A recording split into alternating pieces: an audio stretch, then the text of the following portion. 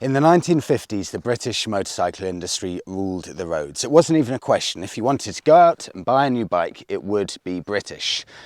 But by the time the 1980s came around, just 1% of bikes sold in the UK were British. And this was down to two things. Number one, the arrogance and complacency of the British motorcycle industry, just assuming that no one could ever catch them and no one would ever buy anything other than British. And number two was the fact that the Japanese had started coming along. Now, the arrogance and complacency was so apparent with the British motorcycle industry that they knew the Japanese were coming and they knew they were hell-bent on becoming the market leaders in the industry. But they chose to do nothing about it. In 1968, the legendary Honda CB750 came along. In 1972, the Kawasaki Z1 came along. And then 4 years after the Z1 came along in 1972, this, or the older brother of this, came out in 1976, and that signalled the end of the British motorcycling industry and the start of decades of Japanese dominance, untouchable dominance within the motorcycle industry. 46 years after the Z650 came out, earlier this year in 22, the Z650RS came out, effectively the modern day version of that 1976 bike. It's, if you put them side by side, quite impressive how similar they are. The original was a 650cc. This is 650cc. So every so often it makes a funny noise. The original had 64 horsepower. This has 67 horsepower. You've got the beautiful classic green. You've got the chrome front headlamp.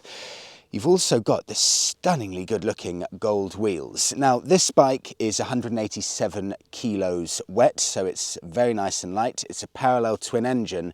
And you may notice when you look at it, it's of course a retro bike, but Kawasaki have taken a lot of elements from a range of bikes that they've currently got out at the moment. The engine itself is originally from the Kawasaki ER6, which in essence is a commuter bike. That's the same engine. The frame itself is the same frame from the Z650 and also the Versys. In essence, parts of this bike have been taken from other bikes in the Kawasaki range. We start at the front with the chrome headlamp. So the back is black, but you've got this beautiful chrome surround here with an LED light at the front. Very nice quality. That's plastic, but it's beautiful quality plastic and the paintwork is first class. If I just get you to come round, Monica, to the side here and have a look at these wheels, because these are some of the nicest design wheels I think I've ever seen, in gold, which is just beautifully classic and such a great design with twin discs. This is a £7,950 bike. You know, you look at the likes of the Interceptor and things like that, they only have a single disc. This is slightly more performance focused because you get the double discs. You've got fairly simple shocks at the front, great looking Kawasaki green with proper Kawasaki badge, not stuck on or anything like that. That's a proper badge. Coming around to the side, you can see that workhorse of an engine. It's tried, it's tested, it's not going to blow your socks off, but it's a good, solid workhorse of an engine. Round to the back, very nicely styled, and this is classic. This is so true to the original rear fairing of the 1976 bike. Just sweeping round with the light tucked neatly under it. Good wide seat here. I'll test it out in a second, but that looks quite good for pillion and rider itself. But all in all, a very well proportioned bike. So twin clocks with a chrome surround. No rider modes to choose from, and this is all you get. You can't toggle between different things, so you get the speed on the left hand side, you get the rev counter on the right. Fuel gauge, which is a proper fuel gauge. I think it said I've got 145 miles with a full tank, and you've just got the temperature on the right. That's it. There are no buttons here to change anything else. You get what you get. I'll just push it back, and for a 67 horsepower bike, I'm glad, because it's less stuff that's going to go wrong. And at that power band, I'm not paying for something that I'm never going to use. I'm 6'1" and about 80 kilos, and it feels very nice on the bend of my legs, very manageable. The immediate thing I felt here, if you stay there, Monaco, I'll just turn it round, is how accessible and unintimidating this bike is. Very nice and light, and the weight is situated nice and low, so I can easily...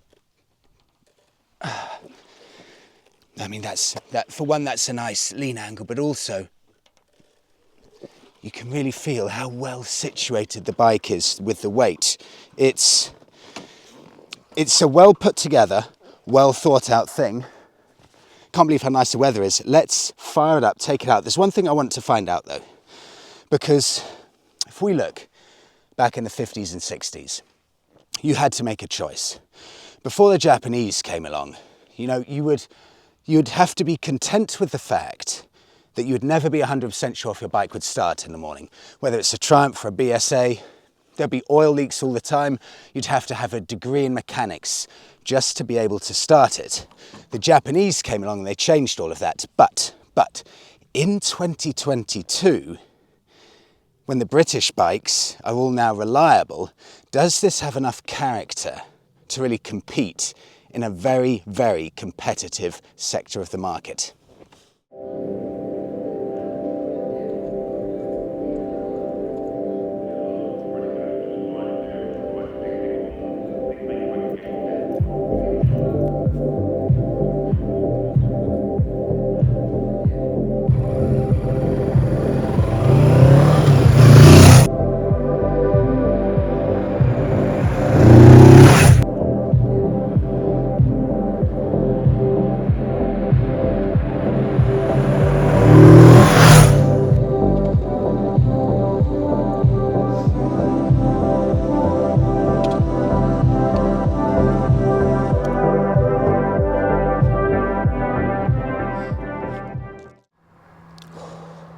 First time I took this bike out 3 days ago. I was on some beautiful winding country lanes and there was a Fiat to Bath right ahead of me, and it was quite a fast driver, and I was chasing him along for about 15 minutes or so into winding empty country lanes, and as I was riding I just said to myself, without even thinking it, just, wow, it's like a deer in the headlights.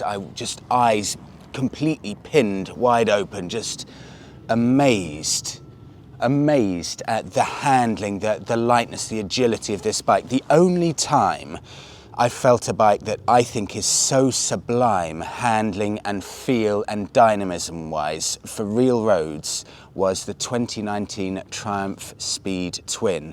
It's the first time in 3 years I felt anything for me that is just such a stunningly good, well-balanced bike to ride. 67 horsepower.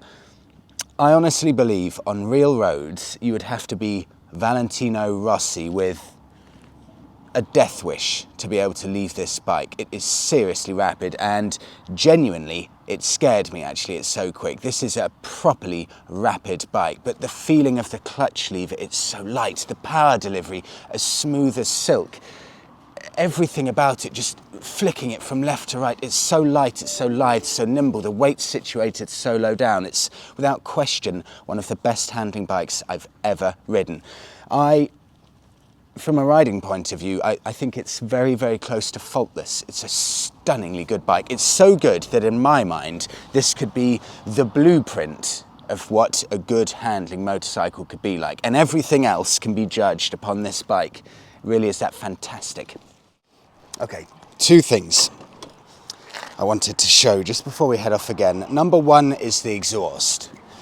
For me, it's one of the best looking exhausts, standard exhausts that I've seen, because it's got this beautiful just fascia here, really low down with a nice finish, and underneath is all the ugly stuff situated right at the bottom of the bike. I think they've done a fantastic job there design-wise. And exhaust note. I don't know what Kawasaki have done to this fairly workhorse-like engine that comes from the ER6 originally, but they've turned it into an incredibly characterful engine. Get it up to about 3,500 revs, and that Parrallel Twin has a really brilliant, addictive throaty burble. It makes you want to keep it within about that 3,500 to 4,500 rev power range. Fired up initially, you get a little bit of a hint of that. just a hint, and then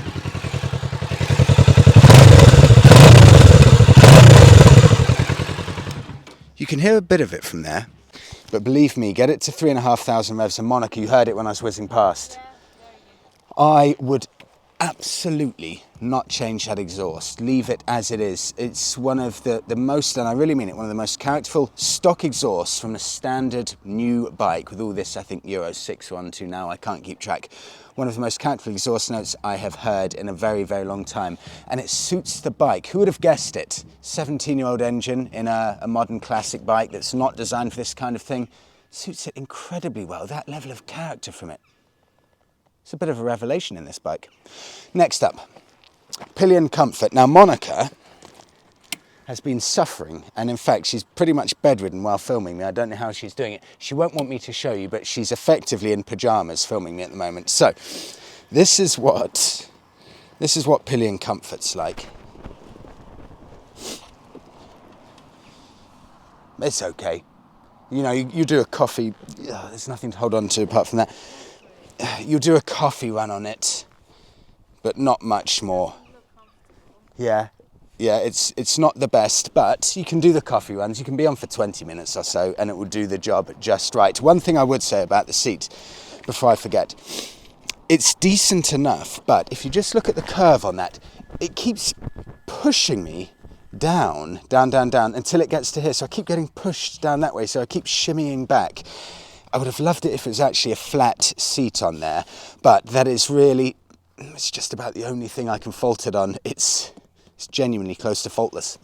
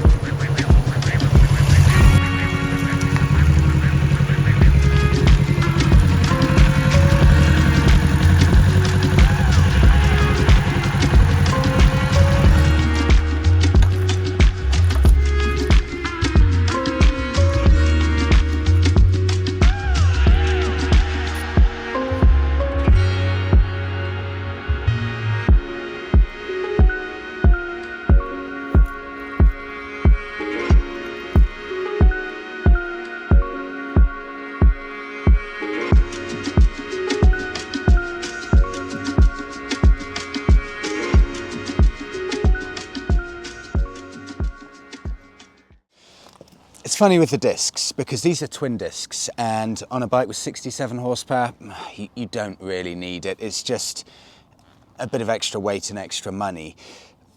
But now that Kawasaki have put them on and I get to enjoy it, I can feel the difference.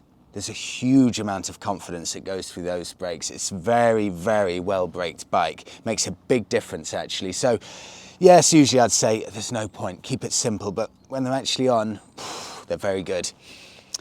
I should say one extra thing as well. Completely forgot to mention, you can toggle so you can see the MPG. So to give you an idea, the past 3 or 4 days, and bear in mind I've been revving it up just to hear that beautiful exhaust note, I've averaged 60 MPG. Not bad. There's better. I think I used to average 70 MPG on the Triumph Speed Twin. Triumph Street Twin, sorry. Names just are all too similar. Triumph Street Twin, I used to average 70 MPG, but it's not bad at 60. Let's look at the competition, and I will specifically judge this bike based on the bikes that I've actually tried myself. If we start with the Royal Enfield Interceptor, well, it's way down on power, the Interceptor, about 20 horsepower less. It's also way down price-wise. It's about £2,000 cheaper than this, the Interceptor. Is this worth £2,000 over the Interceptor? Well, yes, absolutely. This is so much better. Dynamism, ride, everything tangible that you can describe a bike as being. This is so much better than the Interceptor that it's not even a fair fight. It's like me doing a 100-meter race with Usain Bolt. It's not even worth comparing. They're so different, you almost can't put them into the same category, these two bikes. You look at the Moto Guzzi V7. Now, I haven't tested the new 850cc version. I've only tested the old outgoing 750cc engine. And this Kawasaki Z650RS is, again, a gigantic amount better than that bike. It's more lithe, it's more nimble, it's more chuckable, it's better balanced. Everything about it, handling-wise, is a huge, huge jump on, even from the Moto Guzzi V7. And then if we get to the Triumph Street Twin with the 900cc engine, well, things get a lot closer then, because those two I would put right in the same ballpark with some of the finest handling that I've ever experienced on any bike. So if we're comparing the Street Twin, recently rebadged to the Triumph Speed Twin 900, I would say that is an incredibly close fight between the two of them. The Speed Twin 900 is about £600 more, but they're both of the highest standard dynamism-wise.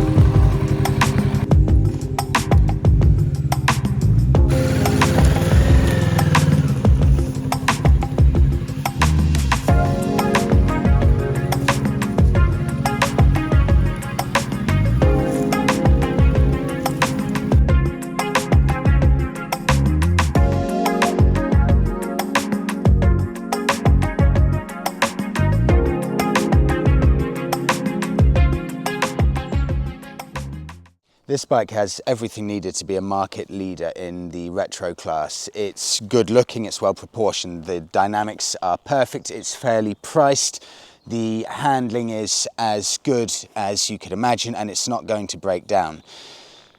If you put me right at the start of a beautiful Tuscan road, winding roads and rolling hills either side, and you put every single motorbike that I've ever tested in front of me, and I'm allowed to pick just one for that road, hand on heart, it would be this bike, because it's got a feel and handling just so beautifully balanced that honestly you could feel like you're flying. I would highly recommend anyone to try it, because it's a breathtakingly good bike to ride. I really can't emphasize how nice it is. When you get it onto the right roads, it's for me, it's a borderline masterpiece. It's fantastic.